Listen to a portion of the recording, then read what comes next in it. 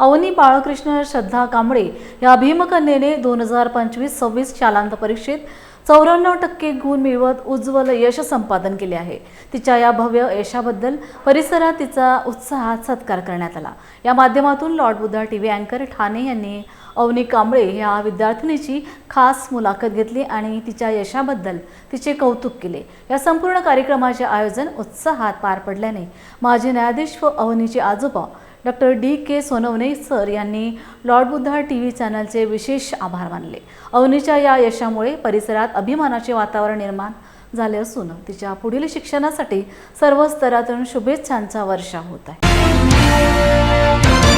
10वीचा म्हणजे शालांत परीक्षेचा निकाल लागलेला आहे। त्यामध्ये भीमकन्या अवनी बाळकृष्ण कांबळे हिने अतिशय चांगले गुण म्हणजे सुमारे 94% गुण मिळून ती पास झालेली आहे। आज आपण तिच्या निवासस्थानी श्रीनगर ठाणे येथे आहोत।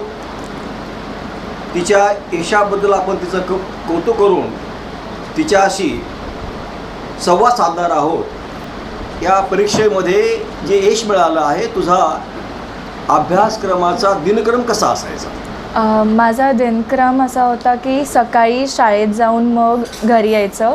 घरी आल्यावरती जेवणानंतर शाळेचा होमवर्क आणि एक्स्ट्रा PYQs वगैरे सॉल्व करायचं। त्याच्यानंतर क्लासेसचे लेक्चर अटेंड करायचे आणि आल्यावरती परत क्लासेसचा होमवर्क आणि रात्री थोडंफार जागरण करून अभ्यास करायचे। अवनी बेटा, तू अभ्यास करत असताना अनेक विषय होते, त्यामध्ये तुला सर्वात कठीण विषय कुठला वाटला असा? असा कठीण असा कोणता एक विषय नव्हता। सगळ्यांचा कन्सिस्टंटली अभ्यास करत होती, तर कुठलाही विषय असा फार कठीण नाही गेला मला। Very good. शिक्षक आणि आई-वडील यांचा इक्वली योगदान होता माझ्या यशामध्ये। शिक्षकांनी वेळेवर आमचे सगळे डाऊट सॉल्व केलेत आणि कधी असं बॅकलॉग्स नाही राहून दिले आमचे। आणि घरी पण सगळं स्टडी एन्व्हायरमेंट खूप चांगलं ठेवलेलं होतं, तर घरी अभ्यास केल्यामुळे जास्त लक्षात राहिल्या गोष्टी आणि त्यांनी कंटिन्युअसली मला सपोर्ट केला, त्या सपोर्ट करत होते। हल्लीचे विद्यार्थी सोशल मीडियावरती खूप असतात, तर तुझा अभ्यास करत असताना तू स्वतःला काही प्रमाणात तरी दूर ठेवला असेल त्यापासून, त्याविषयी काय सांगशील?